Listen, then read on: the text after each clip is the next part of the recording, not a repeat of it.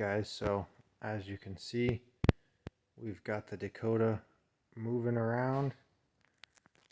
Successful startup there, and everything's pretty well working how I wanted. I was just going to go over a few things.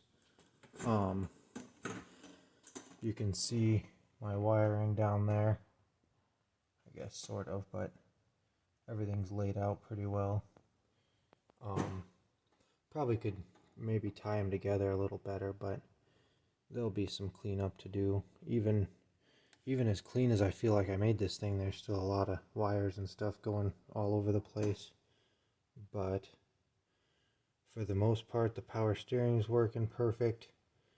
The fuel system's working perfect. Got it up to temperature, and at least just around the yard, the cooling system seems to be working. I've still got quite a bit of loose ends to figure out. I don't have the fans wired or anything yet, and unfortunately the turbo actuator that I got for this thing is not responding to the computer, so I've got that pulled off right now. Still got to do the air filter intake. Like I say, there's just a lot of little things here, but we will go ahead and look at the inside now.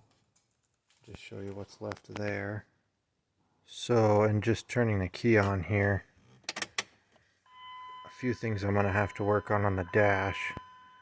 I got to get rid of the trans temp light, and unfortunately the gear shifter, if you can see it there, is obviously digital and was for the 46RE. I don't know, I'm sure I could spend some time making that thing work, but I'm probably not going to mess with it right now. I'll probably see if I can pull that dash out and just turn it off for now. We'll just have to see. But I was going to show you, you can hear, maybe you can hear it. Pull the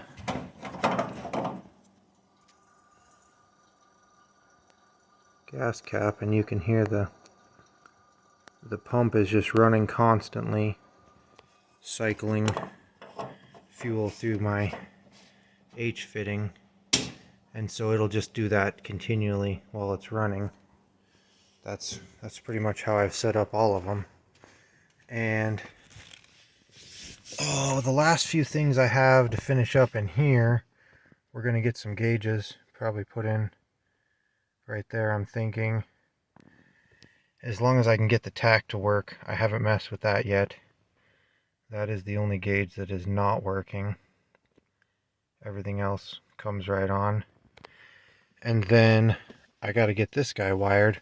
So this is going to be how I manually shift the AW4. I'm going to go ahead and put it down to drive.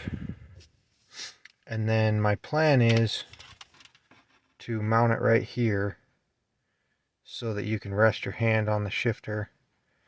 And if you guys haven't seen one of these, it's a rad design gate shifter. So all the way down will be first gear, up to second, slide it over and up to third, slide it over again and up to fourth. And then there'll still be one more toggle switch. Haven't decided where that's going to go. Somewhere close to here, and that'll be to lock up the torque converter with whatever gear you want. So it's a little bit of shifting and manually controlling.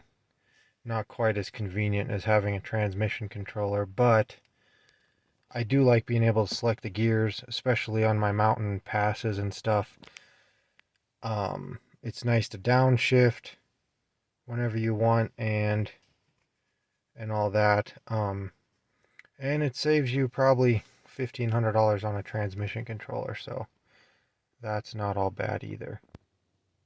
And then for the wiring on the inside, it's kind of already a mess up there, but you can kind of see the ECU there, and it's all tucked up in there, going over to the throttle pedal.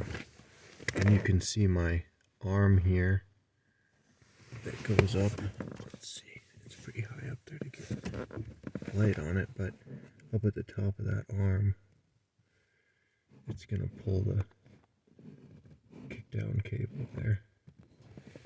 And then once I got the ECU turned on, I set up the pedal to make sure when it hits the floor, that's 100% throttle on VCDS. And that way it's pulling the cable to match the pedal position. And then usually I tie into a key wire for power on the ECU, but on this thing I tested it, making sure when it's in the start position there's power on a wire, and none of the wires coming out of the steering column had power with the key turning over. And I think that happens to a lot of people. They're turning it over with no power to the ECU and just hoping there's enough fuel going through to get it to fire up. But I ended up finding in the fuse box, the engine components fuse is what you needed to get. That is what had power while cranking. So definitely make sure you find that. I think that was about all I had. I haven't decided what I'm going to do for a full exhaust system on it yet. It just basically has a downpipe there with a turn down under the cab. So there's a lot of finishing touches left to do. But I am going to try to get that actuator working for the turbo. Get the transmission wired so that I can manually control it.